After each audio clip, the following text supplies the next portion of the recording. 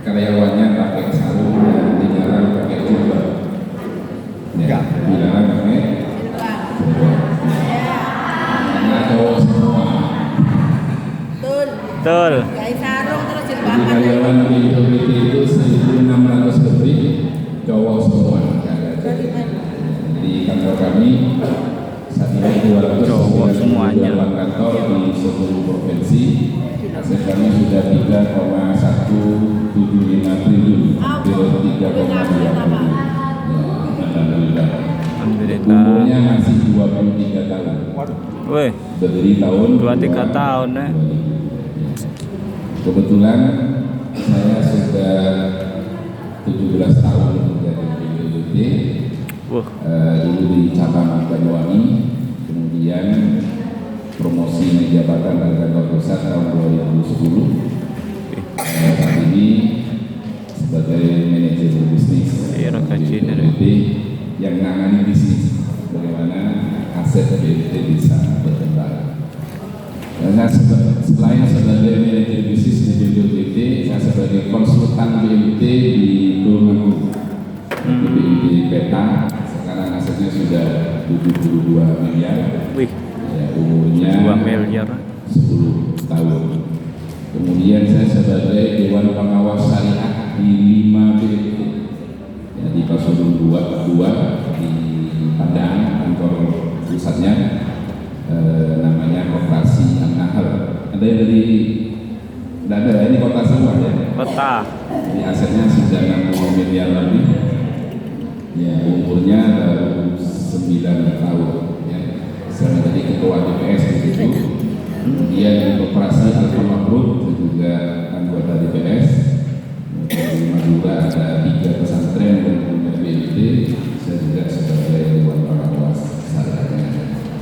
Kemudian di luar BPT saya sebagai Hakim Basyar Hasanati. Jadi kalau ada sengketa ekonomi syariah, selain ke pengadilan agama, penyelesaiannya bisa ke Badan Arbitrase Syariah Nasional, Majelis Ulama Indonesia. Saya termasuk hakimnya, termasuk yang bagian menghukumi ketika ada sengketa ekonomi syariah. Ya.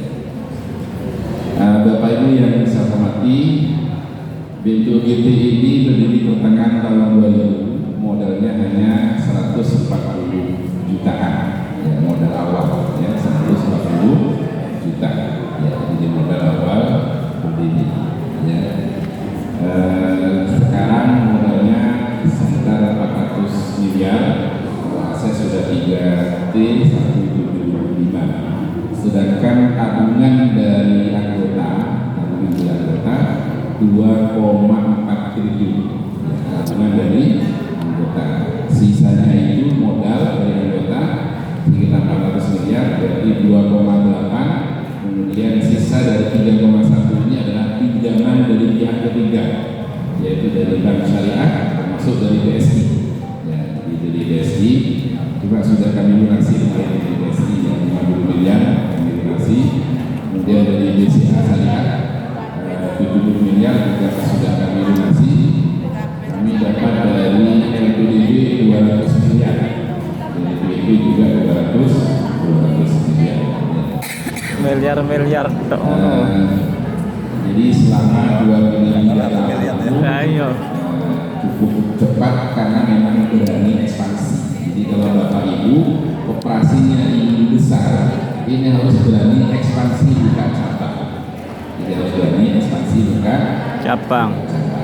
Ya, itu sekilas di BPT ya, di selama 23 tahun itu ternyata modalnya cuma 140 juta, sekitar 141 juta. Jadi berangkat dari kecil. Cabang pertama kali malah di Surabaya. Ya, jadi Sidogiri itu hanya kantor pusat untuk memanage kantor layanan. Cabang pertama kali kami berdiri di kota Surabaya. Jadi saat ini sudah dari seluruh provinsi Jawa Timur, kemudian DKI Jakarta, Jawa Barat, Riau, Lampung, semua pulau Kalimantan, ditambah provinsi Bali. Jadi kami ada di Bali seluruh kantor. Bapak Ibu yang saya hormati, jadi dari Pak Bimo itu ini Vino. perlu dinikmati ya di Bapak Ibu. Vino. Jadi ya disyukuri, jadi manfaat mandi sauna itu diantaranya mengurangi penyakit kolesterol, ya jadi dinikmati. Saya termasuk orang yang nggak panas, kebetulan dulu panas ya. Jadi kalau panas itu udah bercapek, ya. Kalau panas gampang capek. Di rumah saya itu AC itu hampir 24 jam, karena kan panas di building itu cukup panas. Ya sama di sini kan tadi tahu. Ya tapi bagaimana lagi ya dinikmati saja. Bagaimana apa keadaannya ya disyukuri ya. Jadi syukuri pasti ada. Nah, Bapak Ibu yang saya hormati, kenapa kita perlu hijau dari sistem ekonomi konvensional ke syariah? Ya, jadi karena Pak Gubernur itu menyampaikan bahwa ini ada beberapa koperasi yang masih dikelola secara konvensional, tapi ingin hijau ke syariah. Oh gitu. Luwamu pola. Kayak Ilyas wajah ya. Ilyas wajah. Cara adik kakak nano pantes.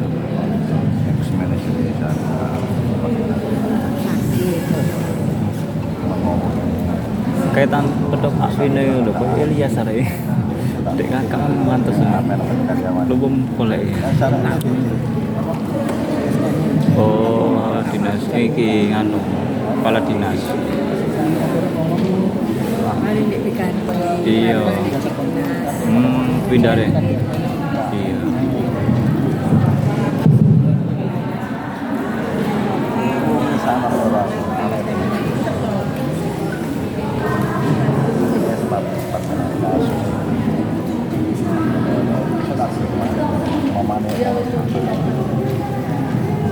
Assalamualaikum warahmatullahi wabarakatuh. Ini terhormat narasumber dari BNP PT Nusantara Interpoli Pasuruan, Pak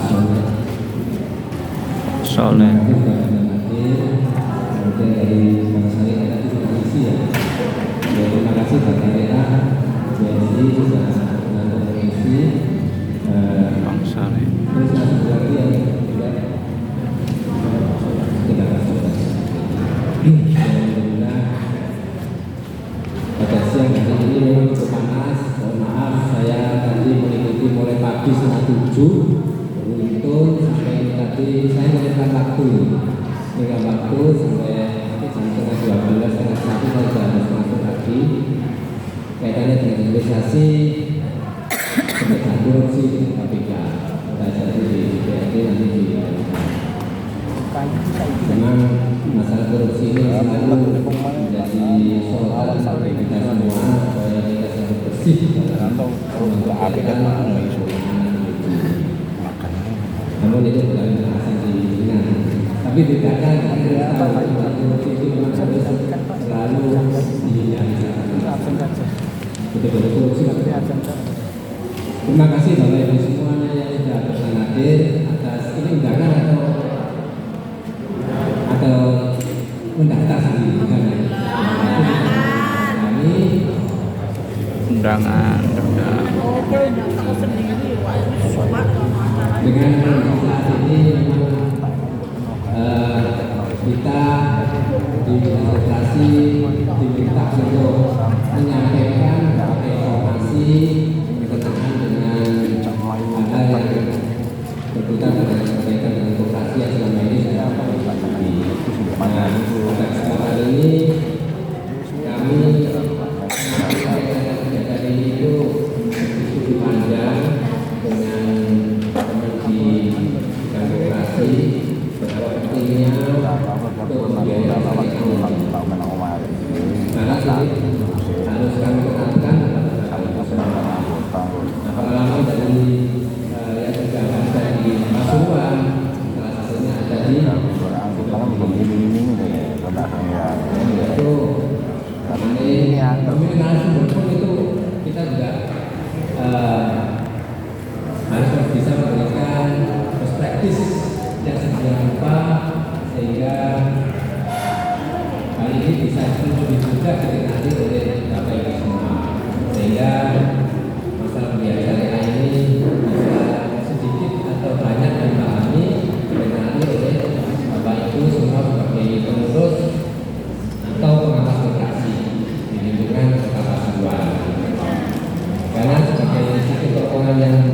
berdasarkan Islam, sektor keuangan syariah memastikan bahwa aktivitas keuangan dilakukan sesuai dengan nilai etika dan moral secara syariah. Itulah yang ingin kami sampaikan dengan narasumber sudah kami yang kompeten, sehingga ini bisa disampaikan kepada Bapak Ibu semua. Kami mohon maaf pada narasumber, kami jelit hal-hal yang perlu kami sampaikan betul, dan yang ini akan menjadi mendorong bagi kami sebagai pembinaan koperasi di Kota Pasuruan untuk Bapak Ibu semua yang selama ini masih sedikit awam atau bagaimana mengetahui pembiayaan syariah ini, supaya lebih tahu banyak berkenaan dengan pembiayaan syariah. Di Kota Pasuruan ini kemarin sudah ada beberapa yang ingin menyampaikan berkenaan dengan kolaborasi dari sistem pembiayaan ini. Namun karena sesuatu hal biasa cuma kita lakukan dalam satu sesi di siang hari ini. Ya, semoga untuk tahun depan ya, untuk refreshing bagi Bapak Ibu nanti pengurus-pengurus yang lain bisa kita berikan lagi barangkali sesuai dengan kondisi kegiatan yang nanti akan disesuaikan dengan rencana di tahun depan. Untuk itu kami berharap pada Bapak Ibu semua yang mengikuti pada kesempatan ini untuk benar-benar memanfaatkan workshop ini sesuai dengan harapan kita bersama bahwa koperasi di Kota Pasuruan setidak-tidaknya bisa ya mendapatkan materi-materi dari BTPIS yang selama ini sudah memberikan pesat kemajuannya yang insya Allah akan memberikan banyak ilmu dan manfaat bagi kita semua. Untuk seperti ini memang istimewa sekali di Kota Pasuruan. Ketika meneliti perkembangannya itu memang sudah lama sekali. Perkembangannya sudah lama sekali. Sehingga kita itu pun harus selalu komitmen sudah 94 juga tumbuh seperti sekarang. Kalau di kegiatan pupuk, di kegiatan pupuk itu saya kira sebenarnya sebelum dari kita adalah karena potensi perkembangan ekonominya itu bisa kalau dari itu untuk bahan santan produk jambulnya nanti ada di Kota Pasuruan.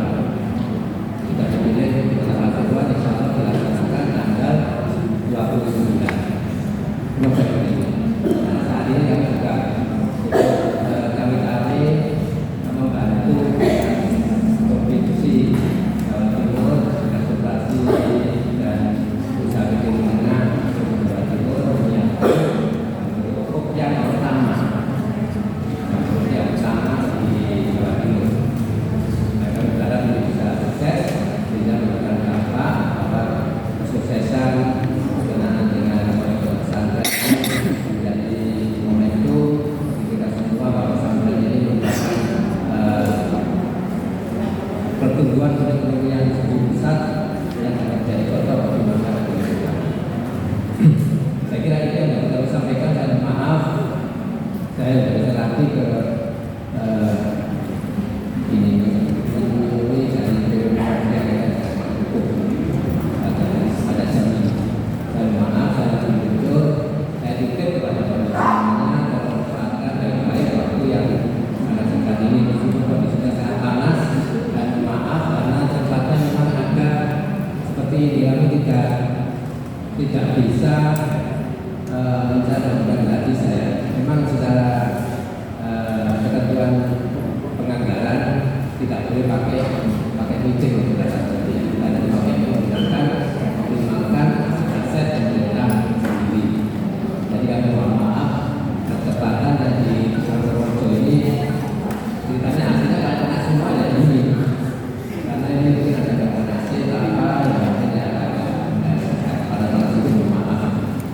mungkin teman-teman jendela-jendela bisa dibuka ya, di pintunya ya. Tolong teman-teman jangan ekspektasi panas. Saya sendiri juga mungkin sedang goblok juga. Saya maaf, terima kasih. Monggo dilanjutkan. Kami akhiri dan minta maaf. Wassalamualaikum warahmatullahi wabarakatuh. Waalaikumsalam.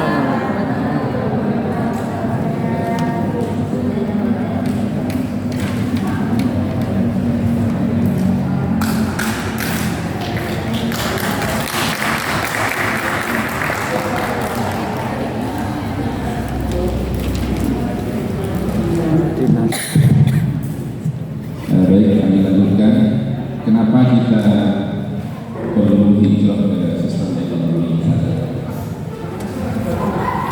Jadi biar Bapak Ibu punya semangat untuk hijrah, karena kita Pak Timo itu bagaimana teman-teman dari gerakan koperasi ini bisa hijrah ke sistem sekarang. Ya, next.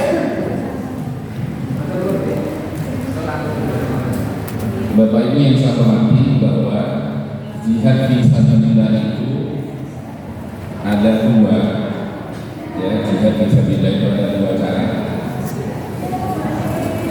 Perniagaan yang dapat menyelamatkan kita dari adab yang seperti itu ada: pertama, iman kepada Allah dan Rasulnya, kemudian berjihad di jalan Allah dengan harta dan jiwa. Ya, jadi ayat ini dijelaskan, ya ayyuhalladzina amanu hal adullukum ala tijaratin tunjikum min adzabin alim. Apakah kalian mau saya tunjukkan perniagaan yang bisa menyelamatkan kalian dari siksa yang pedih? Pertama, tu'minuna billahi wa rasulihi. Sebab kita semua sudah beriman kepada Allah dan Rasulnya. Tiga, berikutnya wa tujahiduna fi sabilillah bi amwalikum wa anfusikum. Kita berjihad di jalan Allah dengan harta kita dan dengan jiwa kita. Maka yaghfir lakum dzunubakum, jaminannya dosa-dosa kita akan diampuni Allah.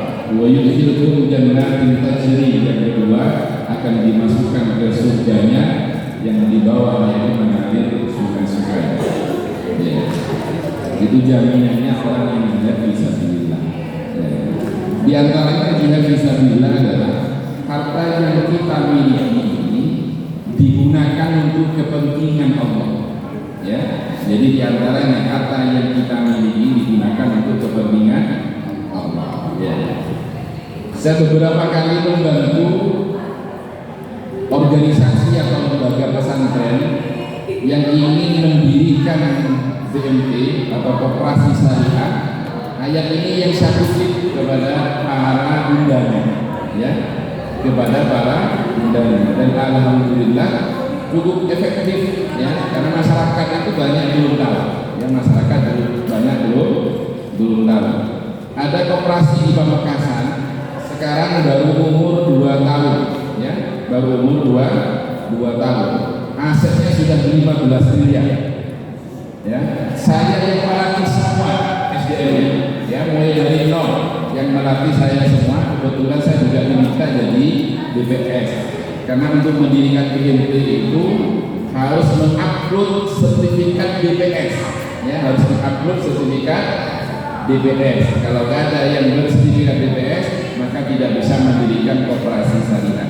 Jadi saya itu diminta karena kepentingan saya punya sertifikat BPS, dan sekaligus saya diminta untuk membina. Ini baru umur 2 tahun, asetnya sudah 15 miliar. Ya. Dan kebetulan pondoknya lumayan besar, sarannya sekitar sini. Ada di sebelahnya sekitar 4 kilo jaraknya dari pondok ini.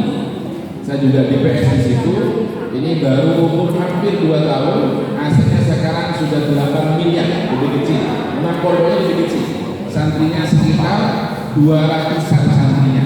Ya, saya juga dari BPS di situ dan saya melatih, ya. Ini hampir 8 miliar asetnya. Umur hampir 2 tahun. Sedikit dengan yang pondok yang saya ceritakan yang pertama. Ya.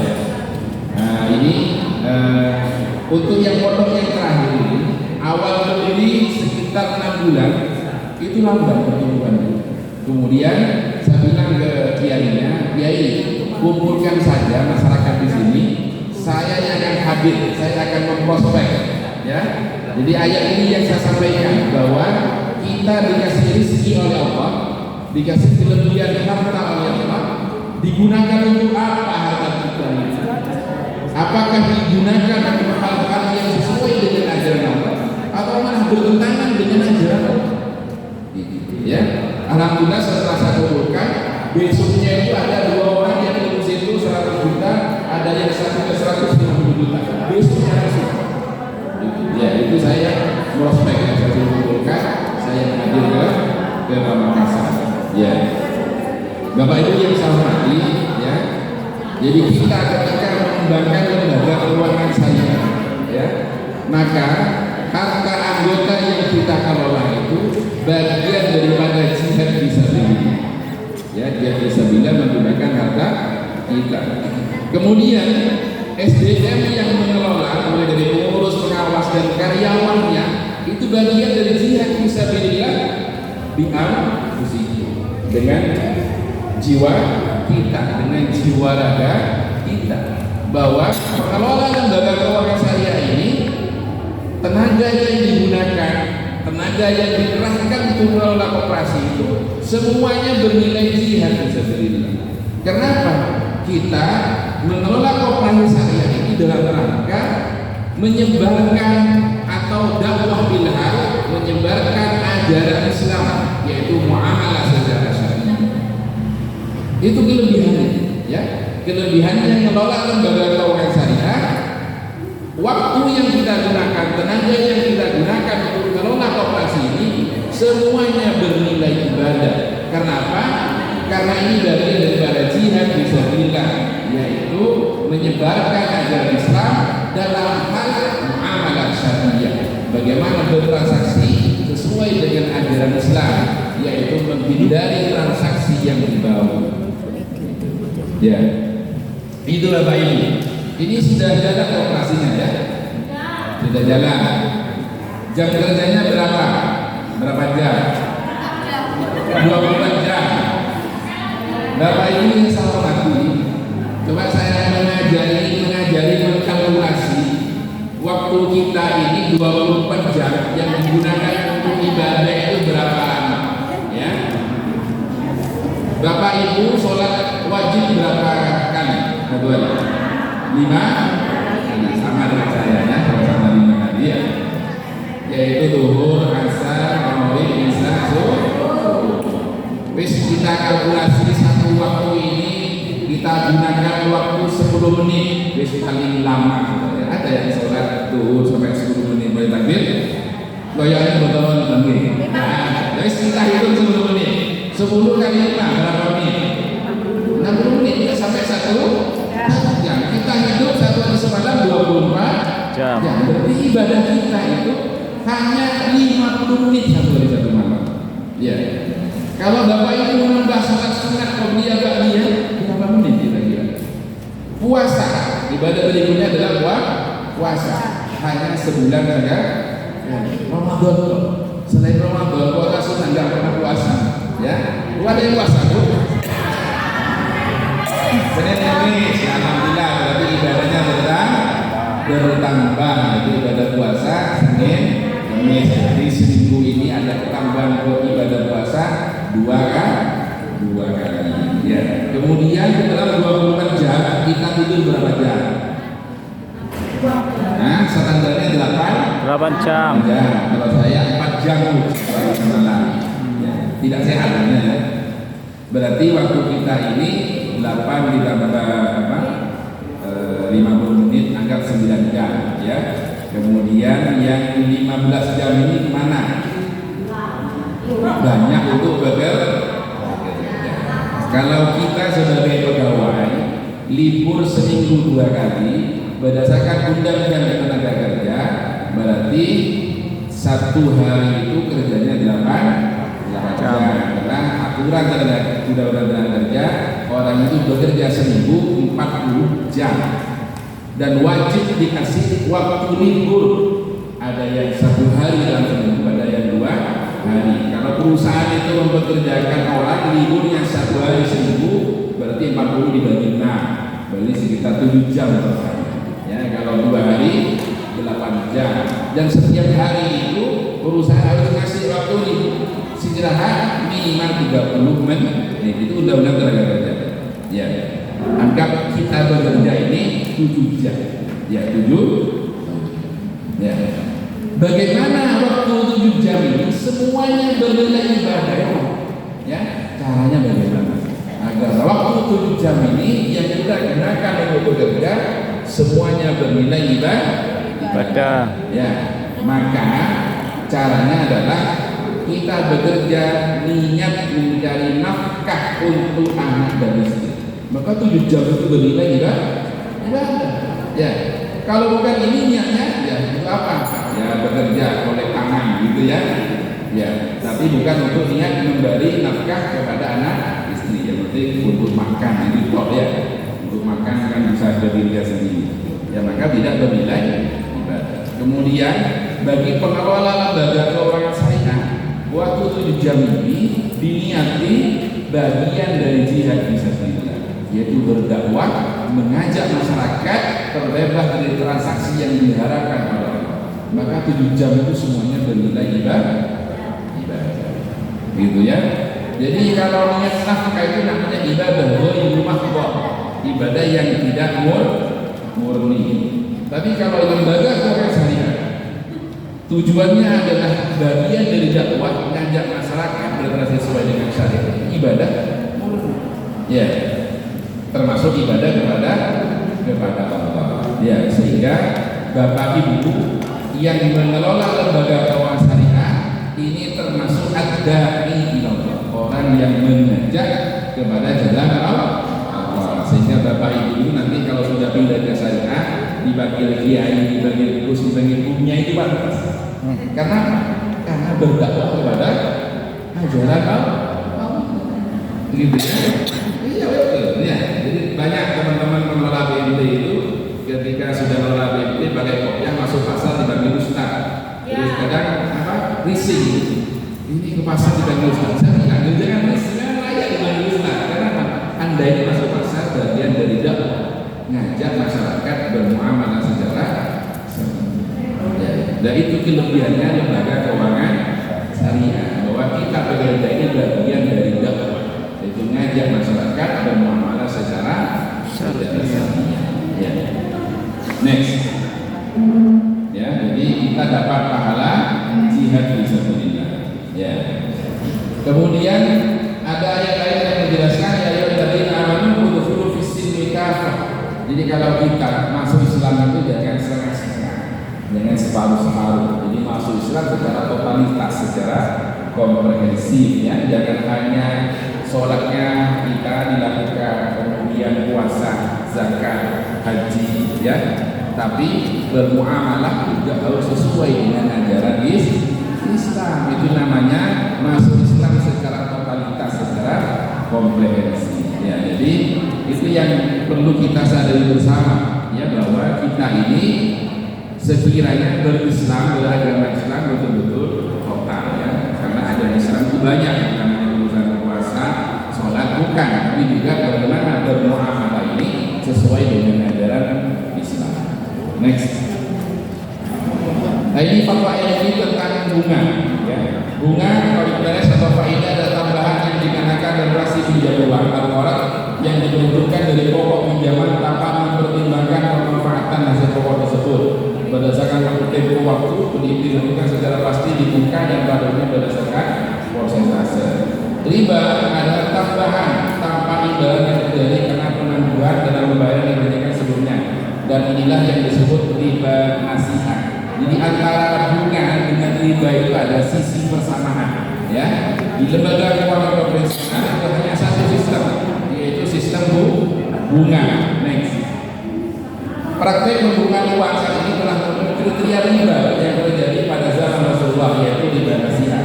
Dengan demikian praktek pembukaan uang termasuk salah satu bentuk riba, dan riba haram hukumnya. Praktek pembukaan tersebut hukumnya adalah haram dilakukan oleh bank, asuransi, pasar modal, pegadaian, korporasi dan lembaga keuangan lainnya, maupun dilakukan oleh individu. Ya, jadi bunga itu sudah masuk kategori riba. Next. Bermuamalah dengan lembaga keuangan konvensional untuk wilayah yang sudah ada kantor atau jaringan lembaga keuangan syariah dan mudah dijangkau, tidak boleh melakukan transaksi yang didasarkan pada perhitungan bunga. Ini isi pasalnya ya. Untuk wilayah yang belum ada kantor atau jaringan lembaga keuangan syariah diperbolehkan melakukan kegiatan transaksi di lembaga keuangan konvensional berdasarkan prinsip darurat atau hajat. Jadi kalau kita hidup di daerah yang tidak ada lembaga keuangan syariah, maka hukumnya boleh bertransaksi tanpa pola syariah. Gitu ya. Jadi sekarang kantor lembaga keuangan syariah sudah banyak. Ada BSI, ada muamalah, bukan lampu merah di sini. BSI ada 3 di sekitar kita. Nah, di Paksut ini ada 2, kemudian dekatnya lampu merah sana itu ada 1 kantor BSI. Jadi sudah tidak ada hambatan untuk bertransaksi secara syariah. Ya, jadi harapannya lembaga keuangan mikro seperti koperasi ini bisa menjadi pelayan di daerah setempat dengan pola syariah, sehingga orang bertransaksi secara konvensional itu sudah banyak terhindari, banyak terbantu karena gampangnya akses keuangan syariah. Next.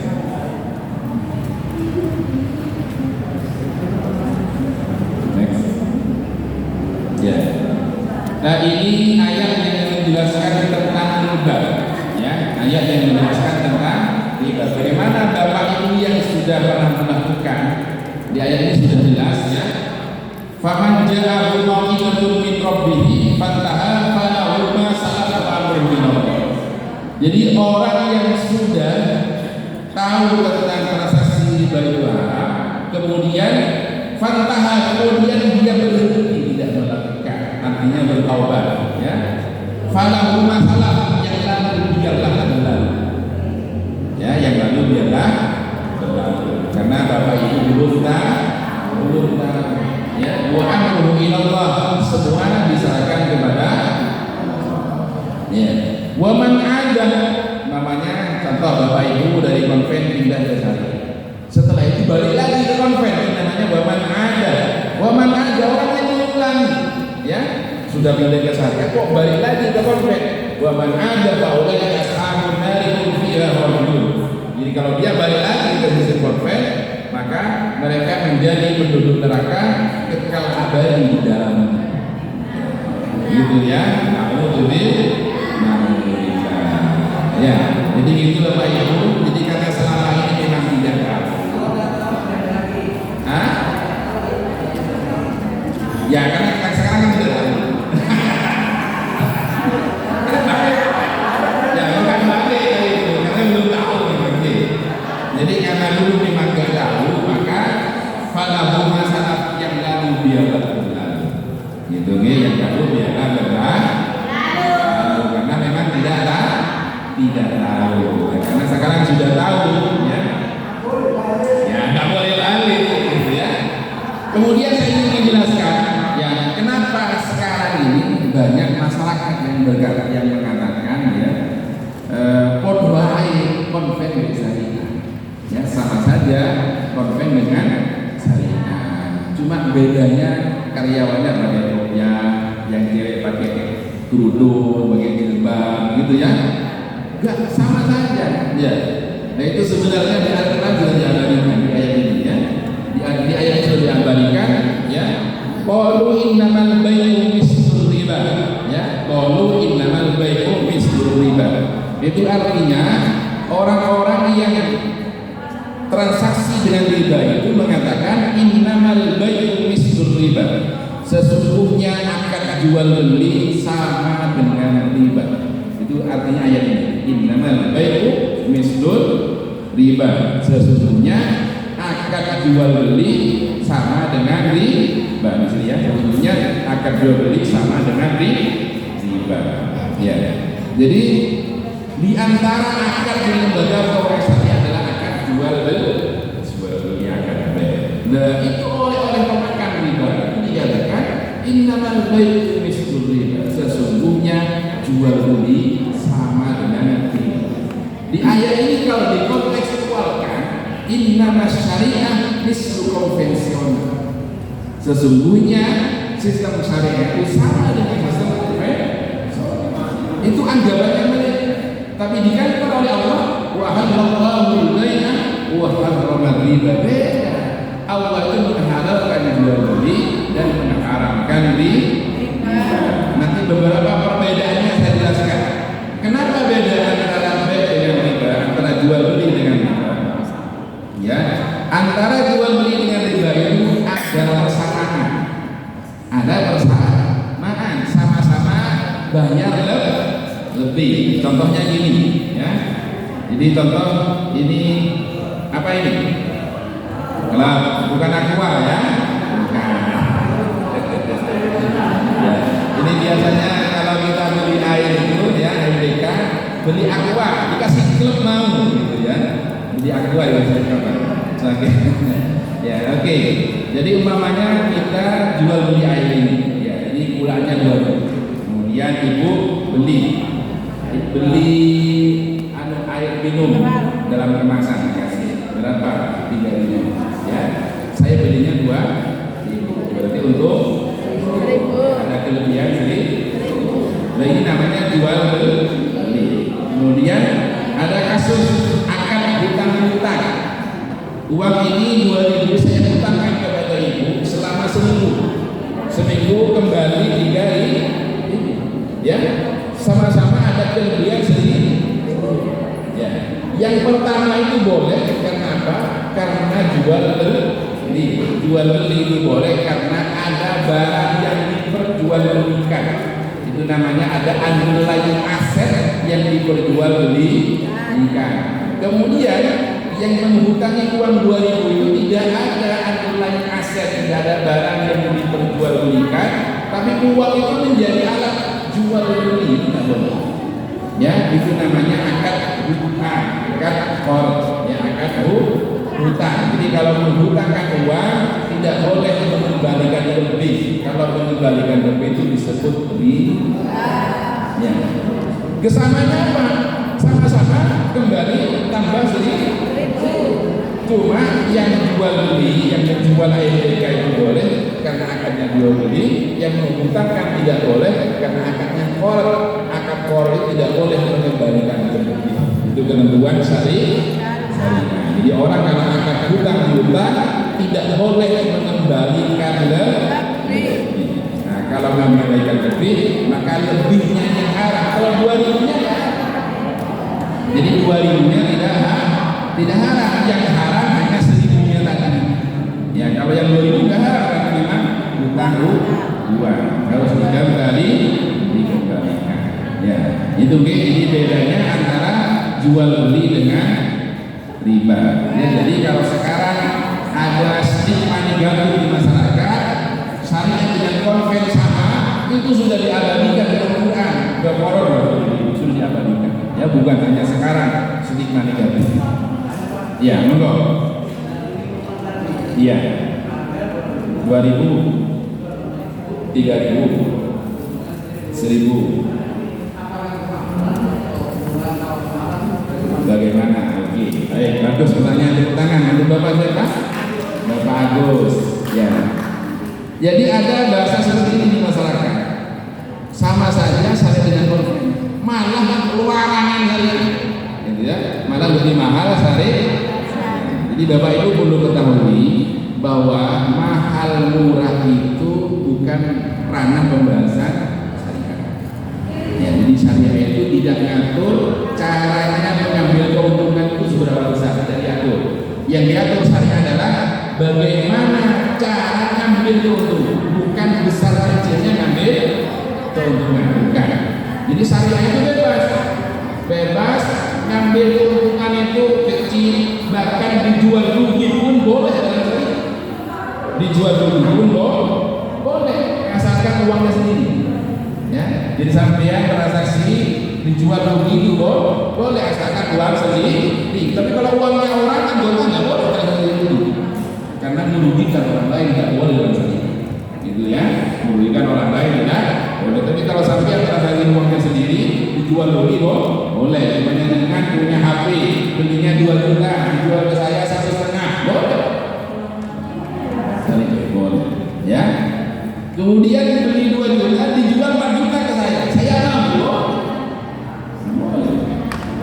yang penting sepakat. Jadi syariah itu tidak mengatur besarnya atau kecilnya mengambil keuntungan, tapi mengatur bagaimana caranya mengambil keuntungan.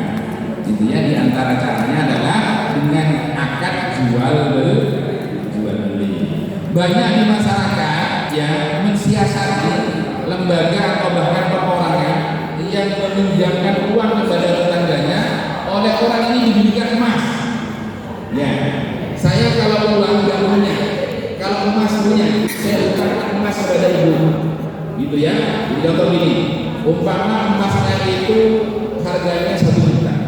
Ya, ada orang butuh uang 10 juta, dia ngutangi emas yang belinya 10 juta, ini emas 10 gram ini saya hutangkan kepada ibu 13 juta, diangsur 10 bulan. Kemudian karena ibu tadi ini butuh uang emas, jadi dijual ke toko emas, laku 10 juta. Itu boleh seperti itu. Kenapa? Menjual emas. Beda ketika ini saya hutang bapak ibu 10 juta, 10 bulan balik 15 juta. Nah itu yang 3 juta juga. Nah itu namanya saya mengatur bagaimana caranya mengambil keuntungan. Gitu ya. Bagaimana caranya mengambil keuntungan. Jadi Islam itu tidak membatasi orang untuk kaya. Ya. Jadi makanya bapak ibu punya uang, bagaimana uang ini bisa bertambah. Maka mengikuti ketentuan syariat bagaimana uang bisa bertambah. Tidak boleh pakai skema atau tata cara hutang piutang. Karena hutang piutang itu ada ketentuan syariat. Kalau menghutangkan uang tidak boleh mengembalikan lebih. Caranya bagaimana? Pakai jual beli. Ya, caranya diantaranya adalah pakai jual beli. Monggo, ya Mas tadi ya.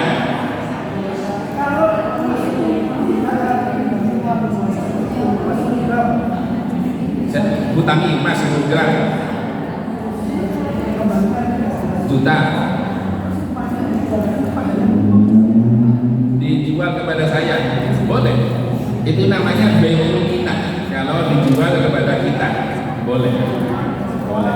10 juta. Betul.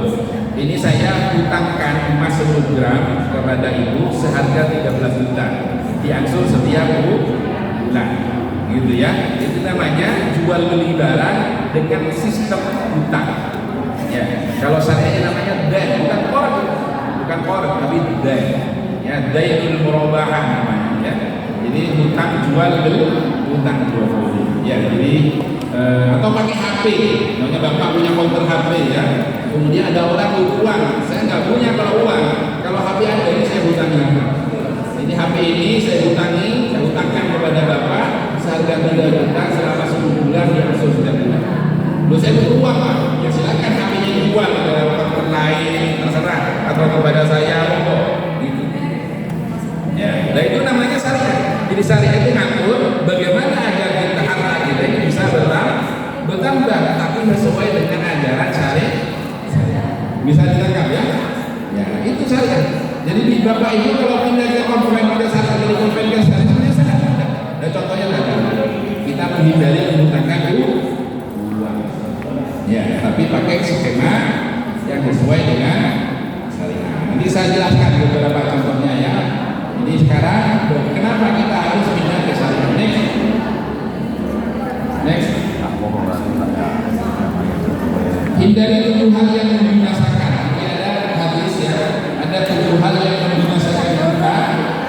Apakah tuduhan itu wahai Rasulullah? Dia menjawab syirik akan membutuhkan Allah, menyembah selain Allah. Kemudian sihir, membunuh jiwa dengan cara memakan riba. Jadi memakan riba itu termasuk sesuatu yang membuat kita celaka atau binasa. Makan harta anak yatim, atau berbeda perang, menuduh berzina, wanita sakti yang kita temukan. Next.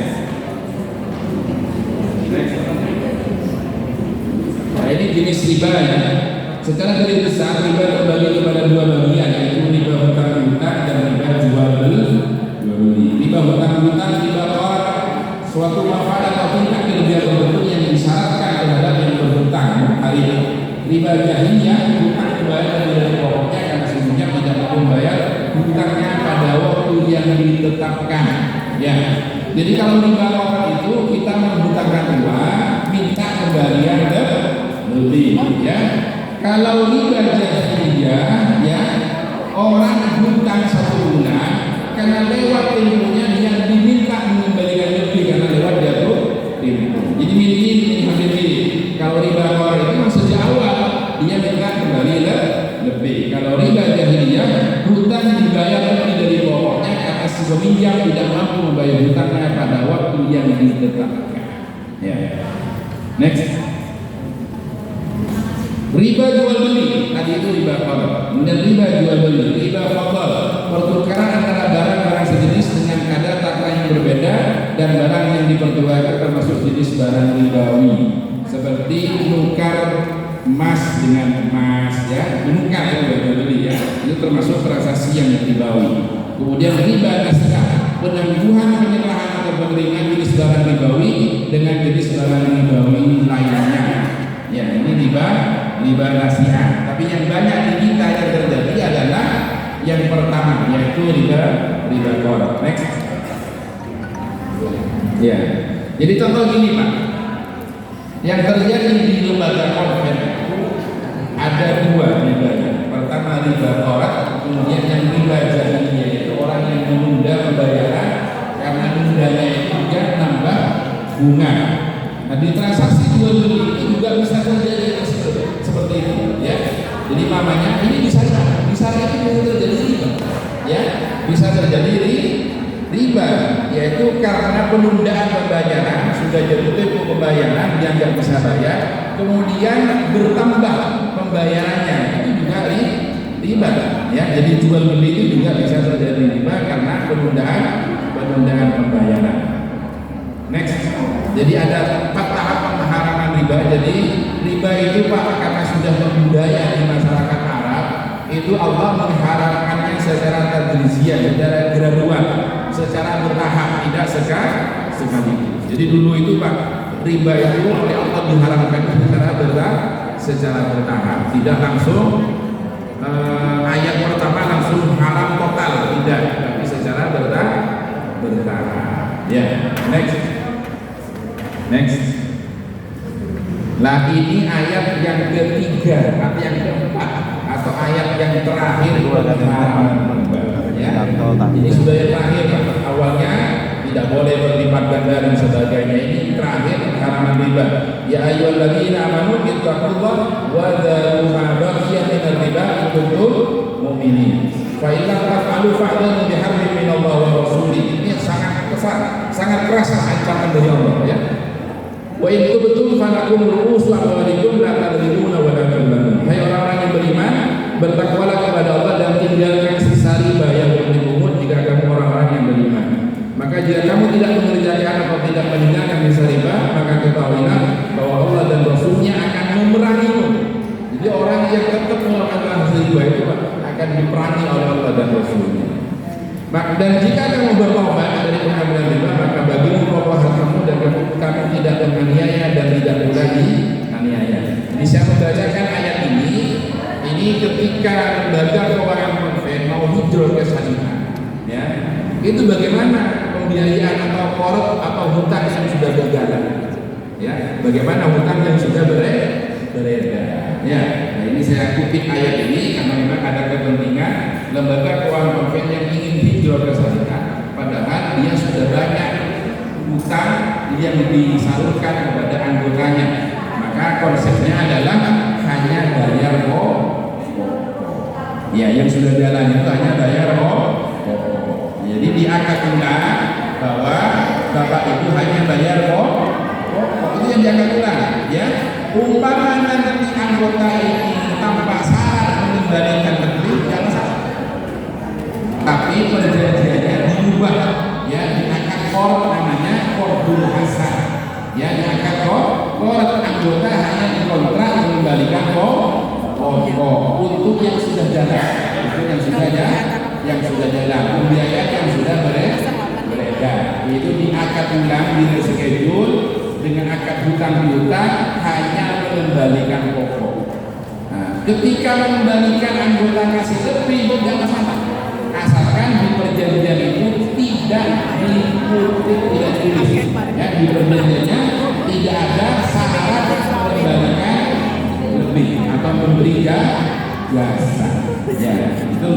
Jadi kalau nanti ada yang mau konversi ke syariah, maka hutang yang sudah beredar diangkat ulang dengan akad hutang-hutang, dan di dalamnya tidak boleh ada perjanjian mengembalikan lebih atau ngasih jasa, boleh.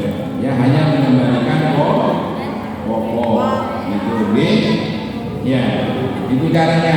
Nah, untuk yang pembiayaan baru maka mengikuti ketentuan syariah ya, untuk pembiayaan baru. Bagaimana Ustaz kalau yang pembiayaan lama ini masih besar-besar? Ya, masih besar. Ini kan rugi kita, gitu ya kan, rugi ya. Maka bisa disiasati dengan akad-akad syariah yang lain, ya, bisa disiasati dengan akad-akad syariah yang lain. Contohnya, kalau ada agunannya bisa pakai akad rohan. Di fatwa rohan itu ada, ya, bisa digunakan akad rohan. Kalau ada agunannya. Nanti saya ajari beberapa pilihan akad. Kalau sekiranya hutangnya masih banyak, kalau di akad rohan tidak menguntungkan, koperasinya bisa tutup, gitu kan ya. Maka ada solusi akad-akad lain yang bisa langsung menguntungkan. Nah, kalau cuma kecil tidak ada masalah. Ini pokoknya masih banyak, kalau di akad rohan semua bisa dirugikan koperasi, dari mana jadi karyawan, gitu ya. Maka ada solusi akad lain yang sesuai dengan syariah. Nanti saya ajari.